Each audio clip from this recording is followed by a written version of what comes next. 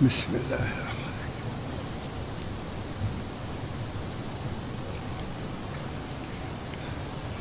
الحمد للہ نحمده ونستعینه ونستغفره ونؤمن به ونتوکل علیہ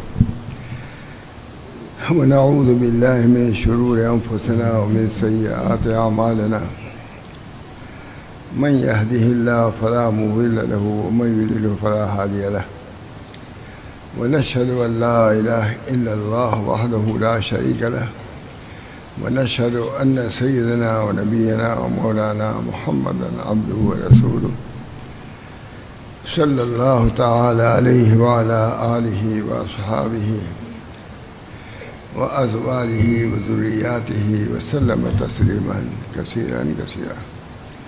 أما بعد، عن سعيد بن أبي سعيد الخدري رضي الله تعالى عنه قال قال النبي صلى الله عليه وسلم: اعبدوا الرحمن وأطعموا الطعام وأفشوا السلام تدخلوا الجنة بسلام، أو كما قال عليه الصلاة والسلام. دوستو، بزرگوں اور عزیزوں، یہ خطبہ جو ابھی پڑھا گیا ہے اس کو خطبہ مسنونہ کہا جاتا ہے.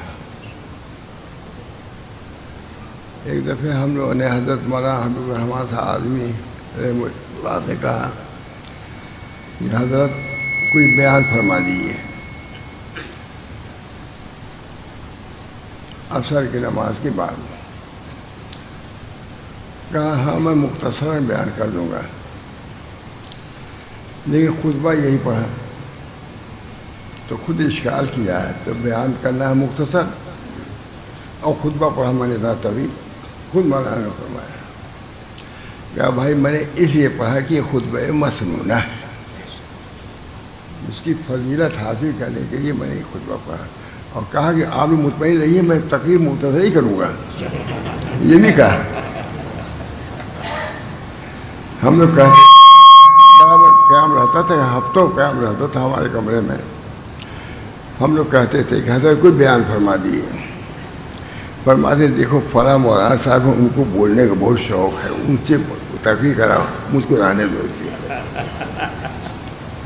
بہرحال تقریر نہایت مختصر فرماتے تھے، جامع فرماتے تھے.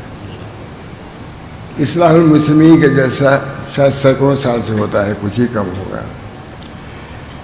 فرمایا، ہم نے کہا حضرت آپ تقریر فرمائیے. گئے، وہ لکھا بھی ہوا ہے. فرمایا دیکھو حدیث جو نقل کیا کرو اس سند کے ساتھ کیا کرو، کم سے کم راوی کا ضرور ذکر رہنا چاہیے. 2-3 اور بار کر کے اتر ہے. مختصر تقریر. دوستو، بزرگوں اور عزیزوں، ان تمام حضرات کا عمل ہو یا قول ہو قابل اقتداء ہے. حضرت مولانا حبیب الرحمن صاحب آدمی بڑے شخص ہے، اللہ تعالیٰ نے ان کو خاص مقام علم میں دیا تھا. بہرحال یہ تو خطبے کے بارے میں نے کہا. میں نے جس حدیث کی تلاوت کی ہے بہت ہی مختصر حدیث ہے. اللہ تعالیٰ اس ایک حدیث پر عمل کرا دے، بیڑا پار. ظاہر بات ہے کہ جنت میں جانے سے بڑھ کے کون سی اس سے بڑھ کے کامیابی ہوگی. جنت میں لے جانے اعمال کا ذکر حضور صلی اللہ علیہ وسلم نے مختلف احادیث میں فرمایا ہے. ظاہر ہے کہ جنت سے بڑھ کے کون سی جگہ ہوگی. اللہ تعالی ہم سب لوگوں کو جنتی بنا دے. بہت بڑا شرف ہے. ومن زحزح عن النار وادخل الجنة فقد فاز. جو جہنم سے بچا لیا گیا، جنت میں داخل کر گیا، وہ کامیاب ہو گیا. میرے دوستو، اسی بنا پر ہمارے حضرت ماشاء رسول اللہ صاحب کا عقیقہ عموماً بیان یہ ہوتا تھا بڑے بڑے علماء کے سامنے کہ ایک مرتبہ تو جنت کا سوال کر لو دن بھر میں، جنت بھی خوش ہو جائے گی تم سے. یہ مجھ کو مانگتا ہے تو جنت خوش ہو جائے گی. اور جہنم سے پناہ بھی مانگ، جہنم اس سے بھی خوش ہوگی کہ ہم سے ڈرتا ہے تب سے پناہ مانگتا ہے، خوش ہو جائے گی جہنم. کبھی مثال دیتے تھے جیسے چوراہے پر پولیس کھڑی رہتی ہے، لیکن رکشے والے ہم لوگ جو 3 آدمی کبھی جاتے ہیں تو اتر جاتے ہیں دور، تو وہ کہتے ہیں حضرت فرماتی حضرت ماشاء اللہ، کہا پولیس والا دیکھتا رہتا ہے. یہ 3 آدمی آ رہے تھے، ایک آدمی کو اتار دیا تو وہ یہ کہتا ہے قانون کی اس نے رعایت کیا، اس کو معاف کر دیتا بغیر دیکھے ہوئے. دیکھے ہوئے ہیں لیکن سمجھتا ہے کہ ہم نے دیکھا نہیں. اللہ تعالیٰ کے احکام کی رعایت، کے آداب کی رعایت بہت بڑی چیز ہے. اس وجہ سے جہنم سے پناہ مانگنا جہنم کے خوش کرنے کی بات ہے کہ ہم سے ڈرتا ہے، دیکھو اس وجہ سے اس کو معاف کر دو. جنت بھی خوش ہو جاتی ہے کہ ہم کو اس لائق سمجھتا ہے کہ وہ مانگ رہا ہے اللہ سے. اللہم انی اسألک الجنہ وما قرب الیہا من قول و عمل. کتنی عمدہ دعا. اللہم انی اسألک الجنہ وما قرب الیہا من قول و عمل. اسی بنا پر حضرت عائشہ فرماتی ہیں کہ شروع میں زیادہ جنت اور دوزخ متعلق آیتیں نازل ہوئیں. میں نے پہلے بیان کیا ہے تب حجت اللہ بالغہ میں جنت اور دوزخ کی، تاکہ جنت کی حدیثیں سن کر کے دل میں جنت کا شوق پیدا ہو جائے اور اعمال صالحہ کی طرف یہ ابھار دے. دوزخ کی حدیثوں کو سن کر کے، آیتوں کو سن کر کے دوزخ سے آدمی ڈر جائے اور دل میں خوف پیدا ہو جائے اور برائیوں کو چھوڑ دے. یہ حضرت عائشہ فرماتی ہیں. میرے دوستوں بزرگوں، اللہ تعالیٰ نے آیات نازل فرمائی، نبی اکرم صلی اللہ علیہ وسلم نے اس کی تشریح فرمائی. اگر تشریح نہ فرماتے تو ہم اتنی بات نہیں سمجھ سکتے تھے قرآن پاک سے جتنا نبی اکرم صلی اللہ علیہ وسلم کے ارشاد سے ہمیں سمجھا. چنانچہ ایک حدیث مختصر سی حدیث ہے. فرمایا رسول اللہ صلی اللہ علیہ وسلم نے فرمایا بہت عمدہ، اعبدوا الرحمن، رحمان کی عبادت کرو. میں نے کہا رحمان عبد اللہ نہیں فرمایا.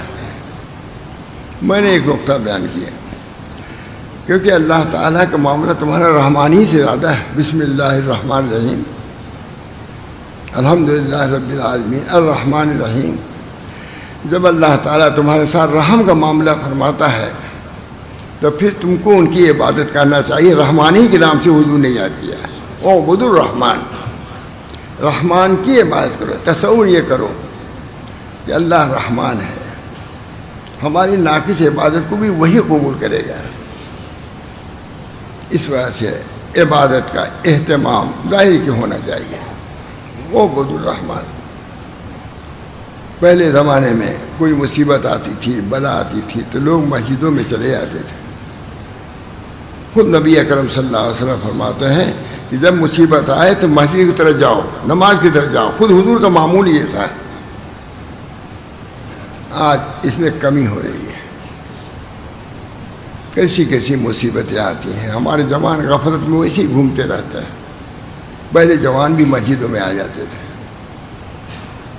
اس بنا پر اعبدوا الرحمن، رحمان کبھی اس کو چھوڑو نہیں. جب تم اللہ کے بندے ہو پھر عبادت سے بے اعتنائی کا مطلب ہی نہیں، کچھ نہیں. عبادت سے بے اعتنائی، عبادت اسے کہتے ہیں کہ بندہ ایسا کوئی عمل کرے جس سے اللہ راضی ہو جائے، یہ عبادت ہے. عبودیت اسے کہتے ہیں کہ اللہ کی طرف سے کوئی بلا آئی، مصیبت آئی، اس سے بندہ راضی ہو جائے، یہ عبودیت. عبدیت میں اور عبادت میں فرق ہے. عبادت کا تعلق اللہ کی طرف سے آتا ہے، بندہ راضی ہوتا ہے، یہ ہے عبدیت. اور اپنی طرف سے کوئی عمل کیا تاکہ اللہ راضی ہو جائے، یہ عبادت ہے. عبدیت کا مقام عبادت سے بڑھا ہوا ہے. نبی اکرم صلی اللہ علیہ وسلم کو کہیں عابد نہیں کہا گیا، عبد کہا گیا ہے. اور عبد کا تعلق صرف دنیا سے نہیں، آخرت میں بھی ہے. عبادت کا تعلق صرف یہیں سے آتا ہے. حدیث ہے نبی اکرم صلی اللہ علیہ وسلم کی کہ مومنین محبت کے اعتبار سے زائد ہے، اشد ہے. کافر بھی وہاں دعویٰ کریں گے کہ ہم بھی ہیں، محبت کے اعتبار سے ہم تم سے زیادہ ہیں. وہ دعویٰ جھوٹ کی عادت ہے دنیا میں، تو وہاں بھی جھوٹ ہی کہیں گے، جھوٹے ہوتے ہیں. میں نے کہا کرالا میں گیا تھا، میں نے کہا دیکھو ہم یہ بات کہہ رہے ہیں، منکر نکیر اس کو جمع کر رہے ہیں، لیکن وہ صحیح سے ہی جمع کر رہے ہیں. لیکن بہت سے ایسے بھی ہو سکتے ہیں کہ غلط جمع کریں. ہم کچھ کر رہے ہیں دوسرا کچھ کہیں، کیوں ہو سکتا ہے. بہت کچھ ہوئے. عبداللہ کاپوری صاحب موجود تھے وہاں سامنے. اللہ تعالیٰ تو جمع تو ہو رہا ہے. اللہ تعالیٰ ہم سب لوگوں کو ایسی باتیں کہنے کی توفیق مرحمت فرمائے جو اللہ کے مرضی کے مطابق ہو. تو وہاں وہ دعویٰ کریں گے کہ ہم اشد حبا للہ، نحن اشد حبا للہ، یہی ہے حبا للہ. ہم مومنین سے اللہ تعالیٰ فرمائیں گے کہ یہ لوگ دعویٰ کر رہے ہیں کہ سب سے زیادہ محبت ہم کو تھی. پھر یہ اللہ تعالیٰ امتحان لے گا. وہاں بھی امتحان ایک ہوگا. یہ کہا اگر تم ہماری محبت میں اشد ہو تو جہنم میں کود جاؤ. عادت رہے اطاعت کی تب تو کریں، عادت ہی نہیں کودیں گے. پھر مومنین سے اللہ تعالیٰ تفسیر مظہری میں روایت ہے. پھر مومنین سے اللہ تعالیٰ فرمائیں گے، یہ سب حضرت سے سنا ہوا ہے. مومنین سے اللہ تعالیٰ فرمائیں گے کہ اگر تم لوگ ہماری محبت میں سچے ہو، اشد ہو تو کود جاؤ. مومن جہنم میں کود جائیں گے. وہاں بھی یہ روایت میں نہیں لکھا. حضرت فرماتے تھے کہ اس وقت ندا ہوگی کہ یا نار کونی بردوں و سلام علی المومنین. یہ حضرت روایت میں نہیں ہے. جیسے ابراہیم علیہ السلام تو اس وقت یا نار کونی بردوں و سلامن، اسی طرح اللہ تعالیٰ فرمائیں گے کہ یہ مومنین ہمارے مخلصین ہیں، ہمارے محبین ہیں، ان کو کوئی غضب نہیں پہنچنا چاہیے، کوئی تکلیف نہیں پہنچے. دوستو اللہ تعالیٰ اپنے فضل و کرم سے خاص اپنے ابدیت کی توفیق دے، عبادت کی بھی ابدیت کی بھی. نبی اکرم صلی اللہ علیہ وسلم عبد تھے، ہر چیز میں ابدیت کو غالب. ہم اللہ کے بندے ہیں. ہم کھانا بھی کھاتے ہیں، وہ عبادت نہیں کھاتی، وہ ابدیت کا تقاضا ہوتا ہے. اکلو کھاتے تھے، ابدیت کا تقاضا. یہ اللہ ہم اس لائق نہیں ہیں، ہم کھا رہے ہیں. ابدیت کی شان غالب تھی نبی اکرم صلی اللہ علیہ وسلم پر. اور ایسی ابدیت تھی کہ علامہ شارانی فرماتے ہیں کہ نبی اکرم صلی اللہ علیہ وسلم کی نبوت کا رفعت کا تو کچھ اندازہ ہوتا ہے، لیکن ابدیت کا اندازہ نہیں ہوتا کس درجے پہ تھے ابدیت کے. فنا کیا تھا انا عبدک. نبی صلی اللہ علیہ وسلم فرماتے ہیں میں اللہ، میں آپ کا بندہ ہوں اور آپ کے بندے کا لڑکا ہوں، آپ کے بندی کا لڑکا ہوں. اے اللہ یہ ہاتھ اور پیر میرے نہیں، لم تملکنا منہا شیئا، آپ نے کسی چیز کا مالک ہم کو نہیں بنایا ہے. فرماتے تھے صوفیہ ہیں یہ دعویٰ کر سکیں؟ کسی صوفی نے کہا یہ فنائیت والی بات. نبی صلی اللہ علیہ وسلم کی فنائیت کہ اپنے ہاتھ اور پیر کو بھی اپنی طرف منسوب نہیں کیا، خدا کی طرف منسوب کر دیا ہے. کہا کوئی صوفی ایسا نہیں جو اس مقام پہ پہنچا ہو. جس طرح نبی صلی اللہ علیہ وسلم سردار ہیں احکام شرعیہ میں، اسی طرح عبدیت میں بھی سب سے بالا تر ہے. بہرحال اللہ تعالیٰ نے فرمایا جنت کا راستہ دکھلایا. جنت کے اعمال کو کون بتلاتا ہے؟ نبی کریم صلی اللہ علیہ وسلم، چونکہ ترجمان تھے غیب کے. حضور اقدس صلی اللہ علیہ وسلم غیب کے ترجمان. جو اللہ نے نہیں کہا نبی سے کہلا دیا ہے. اعبد اللہ، اعبد الرحمن. چھوٹی سی حدیث اور بھی بہت سی حدیث ہیں. اعبد الرحمن، رحمان کی عبادت کرو، وہ رحم کرنے والا ہے. رحم کا تعلق دنیا سے بھی رہے گا اور آخرت سے بھی رہے گا. بساط کے ساتھ وہاں رحمت، دیر پر رحمت، یہاں بھی رحمت. فرق کیا علماء نے. اس بنا پر جب اللہ رحمان ہے تو اس کی عبادت کرو. اعبدوا الرحمن، رحمان کی عبادت کرو۔ میں نے یہ کہا کہ اس کی عادت اپنے بچوں کو ڈالنا چاہیے۔ عبادتی تو ہے، 7 سال کے بعد عبادت نماز کا حکم کرو، 10 سال کے بعد ان کو نماز کا پر مارو، یہ عبادتی تو ہے۔ اپنے بچوں کو عبادت کی عادت ڈالنا چاہیے، تم کو اس کا ثواب ملے گا، تم ولی ہو۔ بچہ کو تو معاف ہو جائے گا، لیکن تم پکڑے جاؤ گے کہ تم نے تربیت کا خیال نہیں کیا۔ تربیت بہت بڑی چیز ہے، نبی صلی اللہ علیہ وسلم نے تربیت کا حکم دیا ہے۔ بچہ گنہگار نہیں ہوگا، لیکن تم گنہگار ہو گئے، اپنے ولایت کا تم نے حق ادا نہیں کیا۔ اللہ تعالیٰ ہم سب کو تو کوئی کوتاہیاں ہیں۔ اعملوا بطاعت اللہ واتقوا معاصی اللہ ومروا اولادکم بامتثال الاوامر واجتناب النواہی ذلک وقائل لهم لکم من النار۔ ایک شامی عالم لکھ رہا ہے، اعملوا بطاعت اللہ، اللہ کے طاعت پر خود عمل کرو، واتقوا معاصی اللہ، اللہ کے معاصی سے بچو۔ شکایت سے معاصی تو ہے، اللہ سب سے بڑا تو غفلت ہے، ام الامراض معاصی تو ہے۔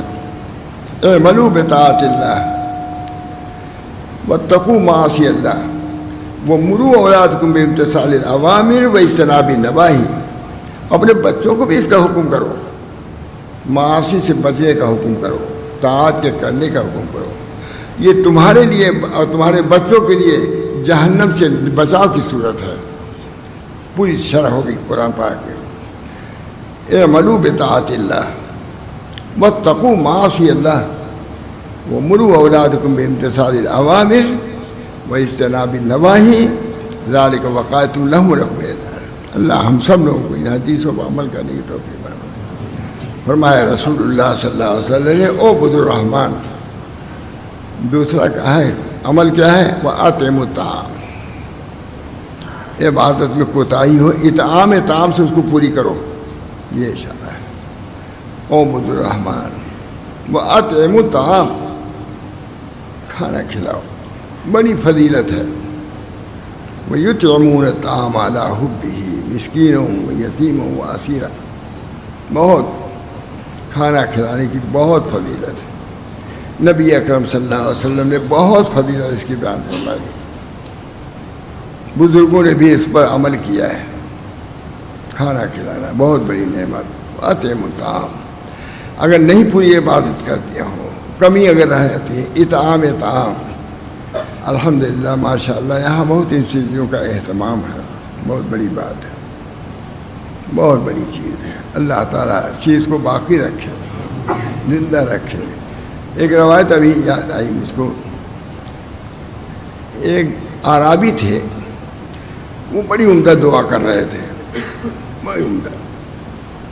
نبی اکرم صلی اللہ علیہ وسلم سنا تو کہا اپنے ایک آدمی سے کہ دیکھو اس کو روکے رکھنا، ہمارے پاس لے آنا۔ اسی پر میں نے 11ویں چیز اقوال سلف کی ختم کیا، اسی روایت پر نئی بات لے آئے، بہت عمدہ دعا ہے، بھی نقل ہے۔ کہا بھائی تم نے بہت اچھی تعریف کی اللہ تعالیٰ کی، بہت اچھی تعریف، اور سونے کا اس کو کوئی ڈلے تھا وہ دے دیے انعام میں۔ میں نے کہا کہ انعام بہت گجرات میں چلتا ہے، اس کی اصل تو یہی موجود ہو گئی۔ میں بھی اب کچھ دیتا رہتا ہوں طلبا جو ہاتھ لے کے، میں کہتا سنت گجراتی ہی ہے، ورنہ کوئی دیتا ہوتا نہیں تھا۔ میں انعام دیتا ہوں، میں بھی دیتا ہوں، کہا کے دیتا ہوں، کوئی پوچھتا بھی نہیں تھا، ختم ہوتا کتنا ختم ہوتا رہتا ہے۔ لیکن اللہ تعالیٰ کا شکر ہے کہ وہاں بھی یہ چیز چل پڑی۔ بہت آپ لوگ رہے ہوں گے، دیکھا ہوگا سب باقاعدہ خوب اجتماع ہوتا ہے۔ اللہ تعالیٰ تو نبی اکرم صلی اللہ علیہ وسلم نے انعام دیا ہے، اور میں نے خود دیکھا، مولانا رائے پوری نے فرمایا ہے کہ ایسے موقع پر کچھ جلسہ وغیرہ کر دینا چاہیے تاکہ عزت افزائی نہیں، حوصلہ افزائی ہو۔ عزت تو ہے، حوصلہ افزائی ہو بچوں کی، اس میں کوئی حرج نہیں۔ مولانا رائے پوری نے لکھا ہے۔ بہرحال نبی اکرم صلی اللہ علیہ وسلم نے فرمایا کیا ہے، اعبدوا الرحمن وَأَطْعِمُوا الطَّعَامَ وَأَفْشُوا السَّلَامَ تَدْخُلُوا الْجَنَّةَ بِسَلام۔ جنت میں سلامتی کے ساتھ داخل ہو جاؤ گے۔ دوستو بزرگوں، سلام کرنے میں کتنی دشواری ہے، لیکن کہاں آدمی کرتا ہے۔ اس بنا پر اس میں بھی کوتاہی ہو رہی ہے۔ اطعام طعام سے جو کسر رہ گئی ہے عبادت میں اللہ پوری کر دے گا، اور اس سے بھی پوری ہے تو اللہ تعالیٰ سلام سے پوری کر دے گا۔ حضرت عبداللہ بن مسعود برابر ایک صاحب کو لے کر کے بازار جاتے تھے، آئے گئے گھوم گھام کے آ گئے، کوئی چیز رہے خریداری وداری کی، کیا ہے ان لوگوں کے پاس کیا تھا۔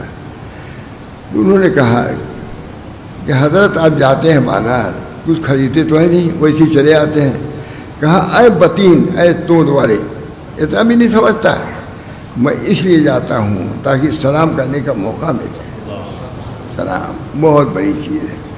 اچھا اتنی ہی پہ جنت کا وعدہ ہے اللہ تعالیٰ کا، اعبدوا الرحمن واطعموا الطعام وافشوا السلام تدخلوا الجنت بسلام۔ اللہ تعالیٰ نے اتنے نبی کریم صلی اللہ علیہ وسلم انہیں تین چیزوں میں وعدہ فرما لیا ہے جنت کا۔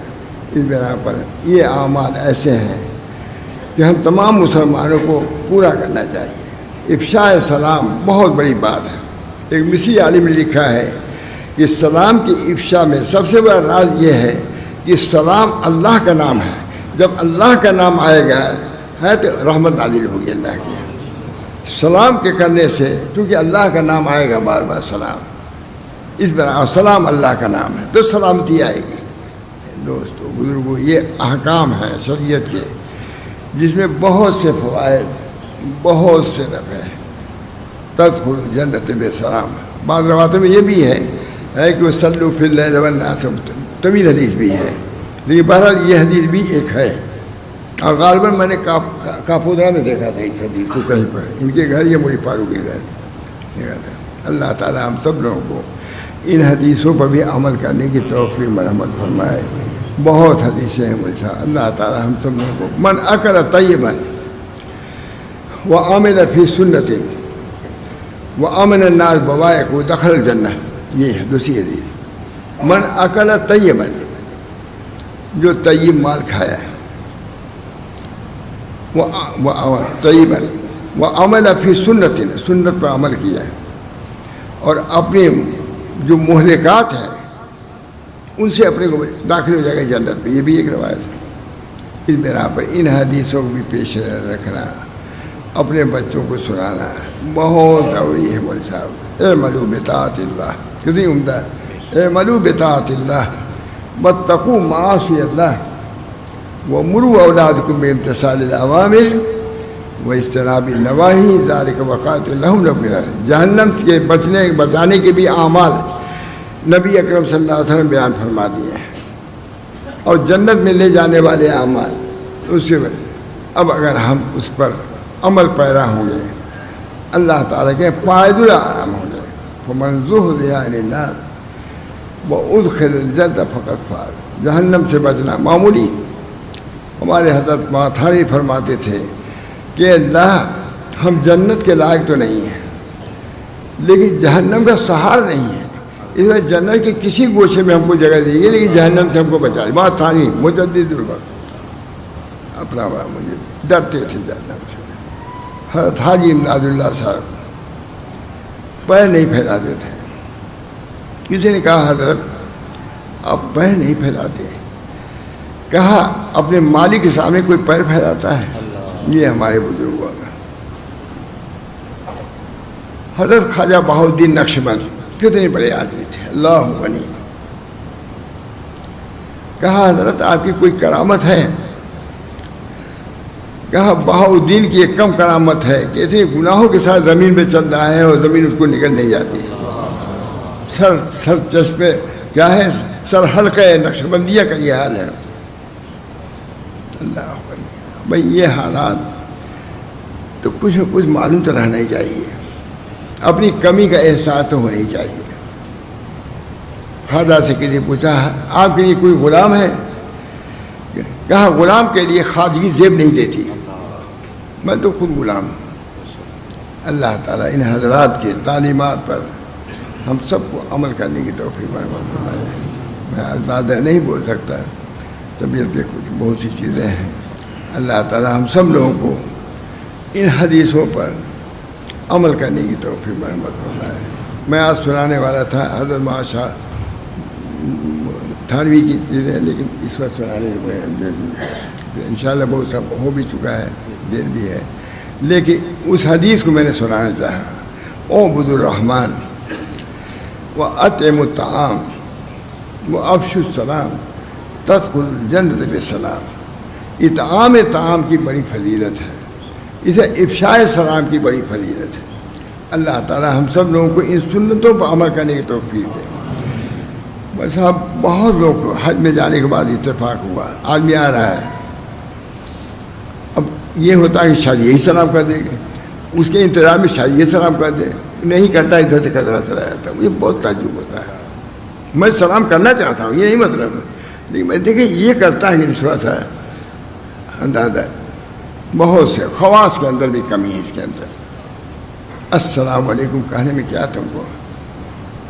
نبی صلی اللہ علیہ وسلم کو اس میں آیا ہے کہ کوئی پردہ تبھی سلام کرتے تھے ادھر سے ادھر، السلام علیکم معمول کر دیا۔ گھر میں جاؤ السلام علیکم کہہ دو، گویا کہ تم نے معمول کر دیا گھر والوں سے کہ باہر سے کسی مصیبت میں نہیں آ رہا ہے، اگر مصیبت میں آتا تو السلام علیکم نہیں کہتا۔ اس بنا پہ یہ آداب ہے، آداب المعاشرت۔ حضرت تھانوی نے لکھا ہے کہ خانقاہوں میں کچھ تھوڑا سا اخلاق کا تو خیال ہے، صاحب صاحب وہی لکھ سکتے، کوئی لکھ نہیں سکتا۔ خانقاہوں میں کچھ اخلاق کا تو خیال ہے، لیکن آداب کا مشاہد کے اندر بھی خیال نہیں ہے۔ کنڈی کھڑکائیں ڈھنگ ہی نہیں ہے، بجلی جو آتے ہیں اس کا تو ڈھنگ ہی نہیں ہے۔ حضور صلی اللہ علیہ وسلم دھیرے دھیرے کرتے تھے، اور یہاں بڑے سے بڑا پیر ایسی سوچ رہے گا کہ مرنے میں بھی گھبرا جائے گا وہ آدمی۔ اس سے تجربہ، یہ آداب المعاشرت حضرت تھانوی نے کہا آداب المعاشرت مشائخ کے اندر بھی کم ہے، وہ وہی کر سکتے ہیں۔ دیکھ لیجیے اس میں آداب المعاشرت۔ بہرحال میں دوستوں بزرگوں، یہ آداب ہیں رسول اللہ صلی اللہ علیہ وسلم کے، جس کے بارے میں خود فرمایا نبی اکرم صلی اللہ علیہ وسلم نے، ادبنی ربی فاحسن تادیبی، میرے رب نے مجھ کو ادب سکھایا ہے تو میرا ادب اچھا ہو گیا ہے۔ ادب بہت بڑی چیز ہے۔ ایک بزرگ تھے، ایک عالم تھے، وہ اپنے مشائخ کے یہاں رہے، 10 سال رہے، اور کہا 1 سال میں نے علم سیکھا اور 9 سال ادب سیکھا۔ یہ ہے بہت بڑے عالم کا ہے، 9 سال ادب سیکھا، 1 سال ادب۔ چائے جاتے تھے، کبھی دروازے کھٹکھٹاتے رہتے، بیٹھے رہتے تھے، شیخ جب نکلتا تھا معلوم ہوتا کہ شیخ۔ اللہ تعالی ہم سب لوگوں کو آداب شریعت، آداب معاشرت پر عمل کرے تو نبی اکرم صلی اللہ علیہ وسلم اسی لیے تشریف لائے تھے تاکہ رہنے سہنے کا ادب سکھائیں۔ ماں باپ کے ساتھ کیسے رہنا ہے، عوام کے ساتھ کیسے رہنا ہے، علماء کے ساتھ کیسے رہنا ہے، باہم کیسے رہنا ہے، میاں بیوی کے ساتھ کیسے رہنا ہے، کچھ نہیں۔ بیوی کے ساتھ، بچوں کے ساتھ، سب کے ساتھ ادب کا لحاظ لازم ہے، الفت نہ ہو۔ فرماتے تھے ہمارے حضرت کہ اگر اپنے لڑکے کے ساتھ بھی شریعت کے خلاف کرو گے تو گرفت ہوگی، یہ نہیں کہ جو چاہو کہو، بلکہ تم کو ادب کا لحاظ، سنت نبویہ کا خیال لازم اور ضروری ہے۔ اللہ تعالی ہم سب لوگوں کو اس کی توفیق دے۔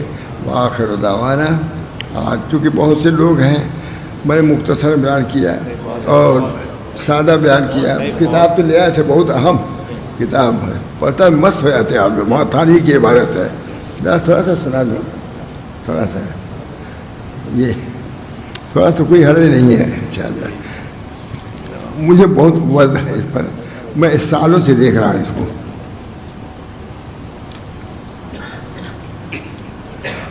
دیکھیے کتنا عمدہ لکھتا ہے، یہ ادب ہے، ٹھیک ہے، اس کے جوڑ ہے۔ ایک روز حضور پرنور ممدوح الذکر دامت ذلہم، حضرت تھانوی لکھ رہے ہیں، کس کو؟ حضرت حاجی صاحب متعلق لکھ رہے ہیں۔ ایک روز حضور پرنور ممدوح الذکر دامت ذلہم، کہ کوئی لکھتا ہے اپنے شیخ کو؟ کوئی نہیں لکھتا، جو حضرت تھانوی نے لکھا ہے۔ ایک روز حضور پرنور ممدوح الذکر دامت ذلہم کہ محفل قدس و مجلس انس میں کہ منبع فیوض و انوار معدن برکات و اسرار ہے. مجلس کے بارے میں کہہ رہے ہیں دامت ذلہم کی محفل قدس و مجلس انس میں کہ منبع فیوض و انوار و معدن برکات و اسرار ہے. من جملہ افادات اس مضمون کا بھی تذکرہ ہوا ہے. اتنے بھی ایک بات ہے. کیا ہوا اندازہ کہ مقبولان الہی مظہر عتم میں صفات رحمت کے ہوتے ہیں. حضرت ممدوح دامت ذلہم کو براہ شفقت و دل سوزی خیال ہوا کہ ان غریقان بحر غفرت کو ساحل ہدایت پر لانے کی کوئی صورت نکالی جائے. حضرت تھانوی لکھ رہے ہیں کہ ہمارے شیخ کے ذمن میں آیا کہ ان گمراہوں کو کسی طریقے سے ہدایت پر لایا جائے. اچھے انداز سے لکھ رہے ہیں. حضور ممدوح دامت ذلہم کو براہ شفقت و دل سوزی شیخ کے بارے میں لکھ رہے ہیں. خیال ہوا کہ ان غریقان بحر غفرت کو ساحل ہدایت پر لانے کی کوئی صورت نکالی جائے. مکہ میں تب گمراہ ہو رہے ہیں لوگ, ذہن میں آئے کہ ان کو ہدایت پر لایا جائے, گمراہی سے نکالا جائے. نہیں بات اچھے الفاظ ہیں, مجھے مزہ آتا ہے اس پر بہت نہیں آیا. ارشاد فرمایا کہ کتاب تنویر فی اسقاطی تدبیر تصریف حجت اللہ ابن عطا صاحب خود سرہم اس مباحث میں خوب ہے. حضرت تھانوی نے کہا یہ کتاب, اس کتاب کا نام یہ ہے یہ التنویر فی اسقاطی تدبیر, تقدیر کے بارے میں. اس سے عمدہ کوئی کتاب تو نہیں لکھی گئی. اس کو تو پڑھنا چاہیے, بلکہ کسی سے پڑھنا چاہیے, بلکہ کسی سے پڑھنا چاہیے جس کا ہر مضمون مدلل بدلائل عقلیہ و نقلیہ و کشفیہ ہونے کے سبب سے مقبول و مرغوب ہے. اگر اردو زبان میں اس کا ترجمہ ہو جائے تو نفع اس کا عام و فائد اس کا تام ہو. حضرت عائشہ نے کہا تھانوی سے. اور عجب نہیں کہ مدعیان مذکور بھی بشرط فہم و انصاف و ترک تعصب و احتساب راہ راست پا جائیں. جو متکبر لوگ ہیں, جو متعصب لوگ ہیں, وہ راہ راست پا جائیں. حضرت ورنہ اور سادے مسلمان تھے اس اعتقاد فاسد اور خیال کاشی سے محفوظ رہیں گے. کم سے کم جو سادے لوگ ہیں وہ تو سمجھیں گے, اس کو مانیں گے اور کسی کے دام میں نہ پھنسیں گے. اور نیز اس سے طلباء کو علم, یہ سنانا ہے, نیز سے طلباء کو علم اور علماء کو عمل, طلباء کو علم عمل اور عابدوں کو معرفت اور عارفوں کو حال اور اہل حال کو مقام اور اہل مقام کو کمال اور اہل کمال کو دولت بے زوال نصیب ہوگی. یہ عبارت کہ نہیں, وہاں تھانوی کی عبارت نہیں, ادب کی عبارت ہے یہ, ادب کی عبارت. ورنہ سادے مسلمان تو اس اعتقاد فاسد اور خیال کاشی سے محفوظ رہیں گے, فاسد اور کاسد, اور کسی کے دام میں نہ پھنسیں گے. اور نیز اس سے طلباء کو علم, طلباء بھی موجود ہیں, اس کتاب پڑھنے سے علم حاصل ہوگا. اور جو بڑے لوگ ہیں یہ نہ سمجھیں کہ ہم کو ضرورت نہیں اس کتاب کی. طلباء کو علم اور علماء کو عمل اور عابدوں کو معرفت. عابد لوگ سمجھتے ہیں بھائی عبادت کافی ہے, معرفت نہیں, معلوم کہاں ڈوب جاؤ گے, معرفت آتے کرو. اور عابدوں کو معرفت اور عارفوں کا حال اور اہل حال کو مقام اور اہل مقام کو کمال اور اہل کمال کو دولت بے زوال نصیب ہوگی. یہ کتاب ایسی ہے. اور اس نادان, اب حضرت تھانوی اپنے متعلق لکھ رہے ہیں, وہ حضرت تھانوی صاحب متعلق لکھ رہے ہیں اپنے. اور اس نادان ناکارہ کو جو خاص واسطے استفادے معانی و برکات کے حضور میں ہند سے چند ماہ کا آیا ہوا تھا. استفادہ یہ ناکارہ اپنے استفادے کے لیے, اپنی اصلاح کے لیے ہندوستان سے آیا ہوا تھا. استفادے معانی و برکات کے حضور میں ہند سے چند ماہ کا آیا ہوا تھا. اور اس وقت حاضر محفل فیض منزل تھا. یہ خانقاہ فیض, خانقاہ کا نہیں کہا, فیض منزل. ترجمے کے لیے فرمان. اب اس کے بعد وہ تشریف لائے اور میں وہاں حاضر تھا تو کیا فرمایا, ترجمے کے لیے فرمان ہوا کہ اشرف علی اس کا ترجمہ کر دو. یہ کتاب ہے جس پر میں باوجود اپنی نااہلیت کے امتثالا للامر مستعد بدل و جان ہو گیا. عبارت روزانہ تھوڑا تھوڑا لکھتا اور حضور میں سنا دیتا ہے، یعنی حضرت کی خدمت میں، یہاں تک کہ بہت تھوڑی مدت میں بحمداللہ اتمام کے پہنچا اور اکثیر پھر اثباتی تقدیر نام رکھا. میری بداستعدادی و کاہلی پر اس امر کا سر انجام ہوا. باوجود بداستعداد یہ صرف محض حضور دامت ظلہم کا فیضان تھا، لیکن اپنی کوئی استعداد نہیں. بعض مواقع پر تفسیر، اجمال یا توضیح اغلاق کے لیے ترجمے سے ظاہر متن میں کوئی بڑھا دیا گیا ہے، بعد میں وضاحت کے لیے ایک آدھ لفظ ادھر ادھر بڑھایا گیا ہے. اس کے شروع پر فا لکھ دیا گیا ہے، ظاہر کر دیا کہ ہاں ہم نے بڑھایا ہے، لیکن یہ بھی کسی دیانت کی بات نہیں ہے. اور اس کے ختم پر حرف تے لکھ دیا ہے، ترجمہ کرنے والا ہے اشرف علی. اور کہیں کہیں حاشیے پر حضور دامت ظلہم کے بعد ارشادات جو وقت اجتماع ترجمہ فرماتے جاتے تھے لکھ کر ختم پر لفظ ملفوظ رکھ دیا ہے، سب واضح یہ. اور بعض جگہ جو از خود کچھ لکھا اس کے بعد مترجم لکھ دیا ہے. اور اس ترجمے میں حضرات اخوان طریقت و خلا کی حقیقت جناب مولوی محبوب الدین صاحب پشاوری اور جناب مولوی سید حمزہ صاحب دہلوی اور جناب مولوی ابو بمبوی اور جناب مولوی محمد ابراہیم صاحب سنبھلی سلمہم اللہ تعالیٰ و کرمہم و نعہم سے بہت مدد ملی. صاف کہا لیا کہ ترجمے میں ان حضرات سے مدد ملی، خصوص جناب مولوی سید حمزہ صاحب سے جزاہم اللہ حسن جزا، بہت عمدہ آگے. اللہ تعالیٰ ہم سب لوگوں کو اس کتاب کے برکات سے مستفید فرمائے اور تقریر پر پوری بحث سر حاصل بحث کیا ہے، پڑھنے لائق کتاب ہے.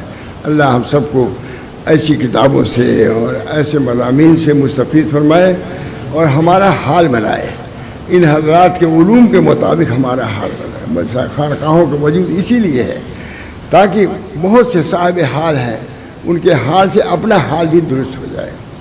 بہت سے بلب ہیں، بلب کی روشنی سے منور ہوتا ہے. خانقاہ میں اسی لیے ہے کہ کسی کا نور اگر کم ہے تو دوسرے کے نور سے اس کی تلافی ہو جائے.